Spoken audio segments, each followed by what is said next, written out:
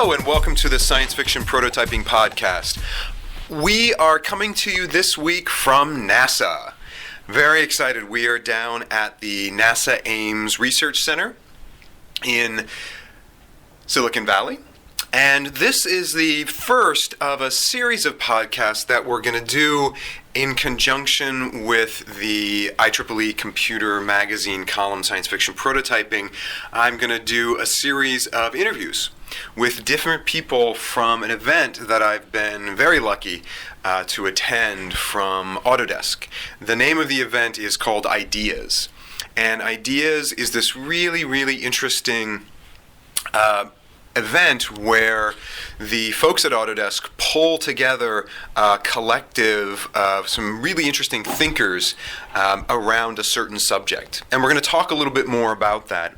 But this is the first in a series of podcasts that tie into the Science Fiction Prototyping column, where I actually get to sit down with some of these folks and actually talk to them about what they're working on and what's going on. And the reason why this is so exciting for me is that this event is all about science fiction prototyping. Being here at NASA, bringing all these people together, we're actually talking about what can science fiction do for the design process? What should design imagine? How can we use science fiction prototyping to actually imagine a very different future for the things that we design?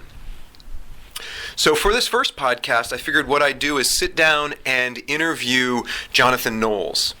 So Jonathan Knowles is a very good friend of mine. I've been worked with Jonathan for many years now, and he is the Director of Strategic Initiatives at Autodesk, and he is the senior sponsor to the Ideas Conference. And they've been putting on the conference now for many years. They've used it to explore many different emerging areas, things like nanotechnology and synthetic biology and social computing. And when they came to me and told me that they were actually going to do an Ideas Conference all around science fiction prototyping, I was just beside myself, because I know the thought and the research and the really heavy curation that Jonathan and people like Tom Wujek and John Pittman, these people at Autodesk, put in such great thought into these events. I knew it was going to be something special. And I can tell you, actually now coming to you from NASA and coming to you from the middle of the event, that it really was and is really, really amazing.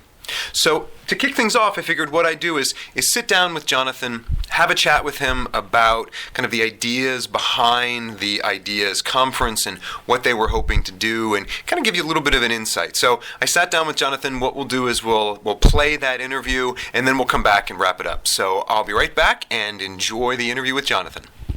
Jonathan, thanks for sitting down with me today. Brian, it's great, as always. So I've been involved with Autodesk and the Ideas event for a while now. What's the inspiration behind it? It's a truly remarkable event that not that many people know about. It's not a secret, but it's been kind of under the radar for a while. What was the idea behind it? Well, I'll start by saying it wasn't a marketing event. So the idea wasn't for us to necessarily have people learn about our products and technologies and services.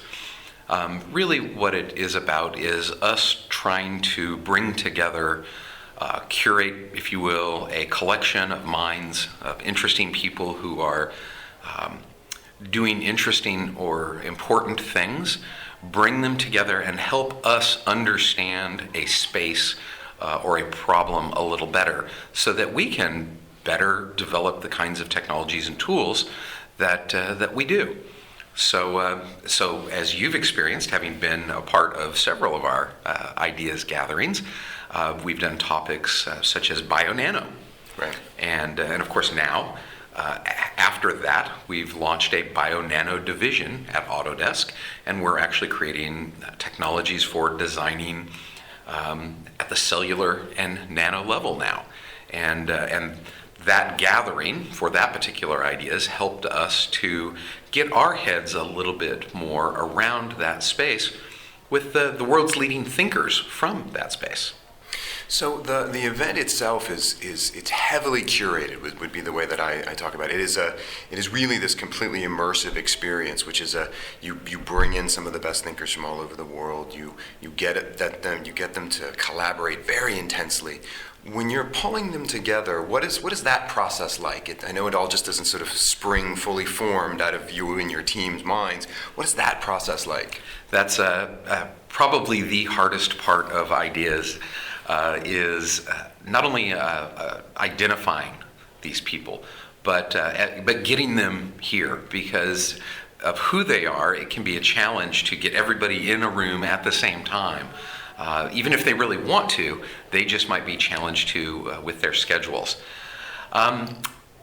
We're fortunate in that the team of people that I work with on ideas, we do spend a lot of time with many of these people and have relationships with them. Sometimes they're even personal relationships. I live here in Silicon Valley, and just as part of the social fabric of the valley, I come into contact with these people. And others we meet at some of the other places we're at, such as TED or the EG conference, or even Burning Man. Mm-hmm, mm-hmm. So today we are here at NASA. We're at NASA Ames Research Center. We're right in the middle of the current ideas, which is all about science fiction, all about imagining the future. We talked a little bit about science fiction prototyping the other day. We've got science fiction authors, we have scientists, we've got this heady mix. And we started off the whole event with Biologic. Can you tell me a little bit about Biologic and what was the idea there? And we're going to cover it some more in the column and really kind of get into the nuts and bolts. But what happened and what was the idea behind it? So we wanted to do, we're always prototyping ideas, and we wanted to try something a little different. It was certainly a risk. At least before yesterday it was a risk. I think it went very well for us.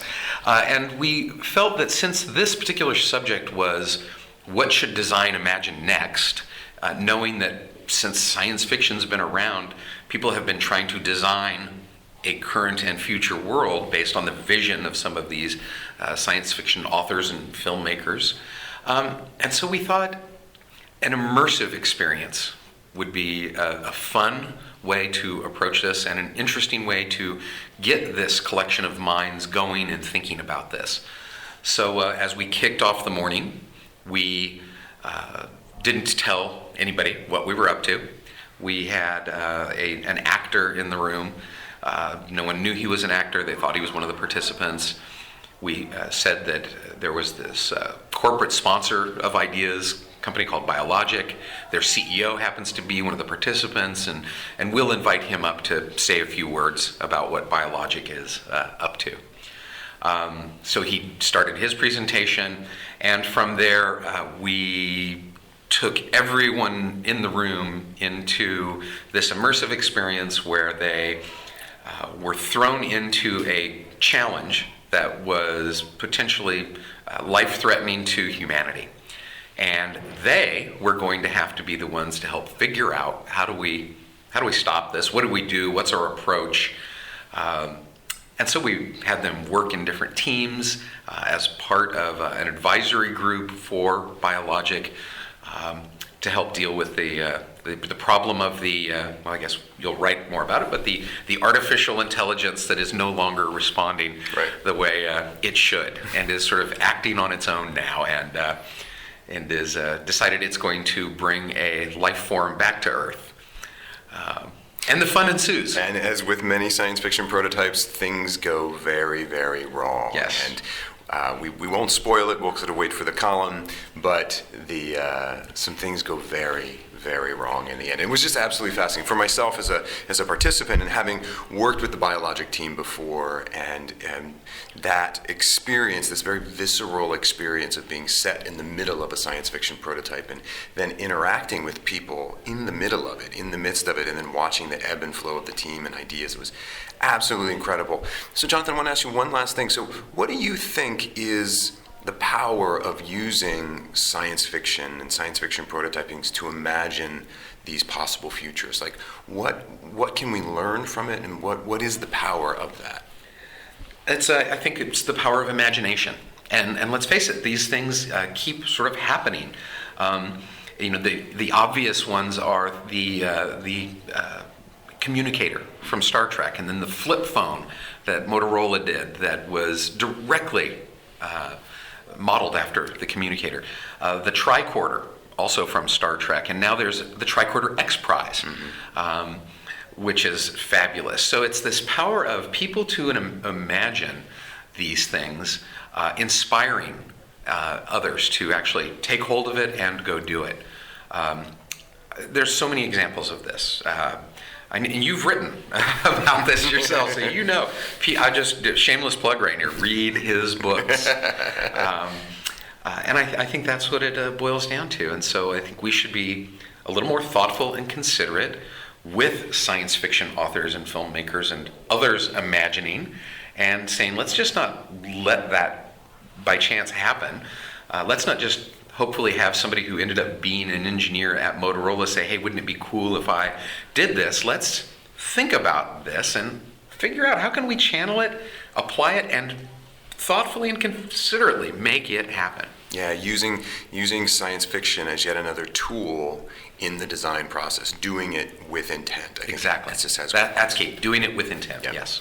Well, Jonathan, thank you so much for sitting down with me. I really appreciate it. It's been an amazing couple of days, and actually, I can't wait to see what happens later today. Oh, we're going to keep having fun and even looking forward to the next ideas. We're already thinking about what the next ideas will be. Awesome. Thank you so much.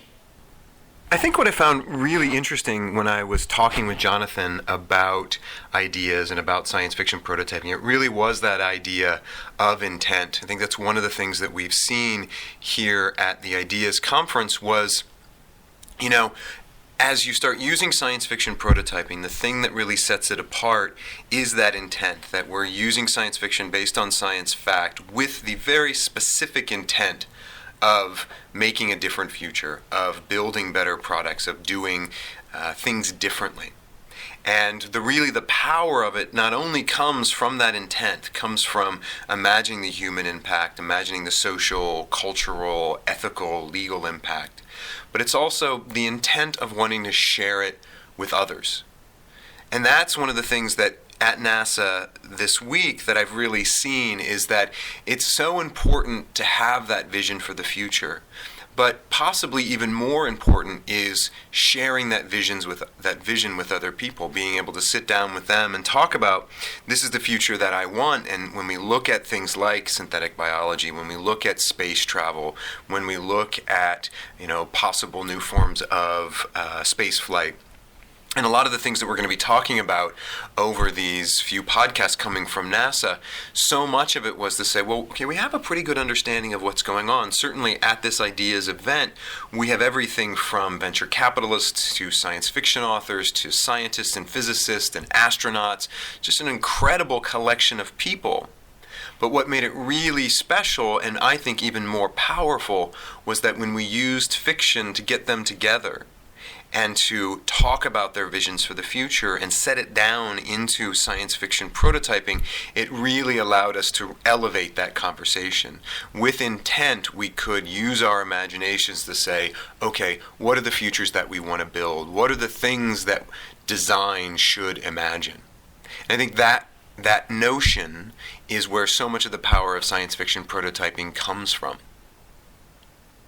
So that'll do it for this edition of the Science Fiction Prototyping Podcast. As I said, we're going to have a few more podcasts coming to you from NASA. We're going to have some really interesting interviews with some science fiction authors, kind of talking to them about what they've seen and what they think about the science fiction prototyping process. So thank you for joining us. As always, if you have ideas that you want to share or some science fiction prototypes that you would like to bring into the column, please contact me at brian.david.johnson@intel.com, and you can always follow me on Twitter. I am Intel Futurist. So thank you so much for joining me, and we'll talk to you on the next podcast. Thanks.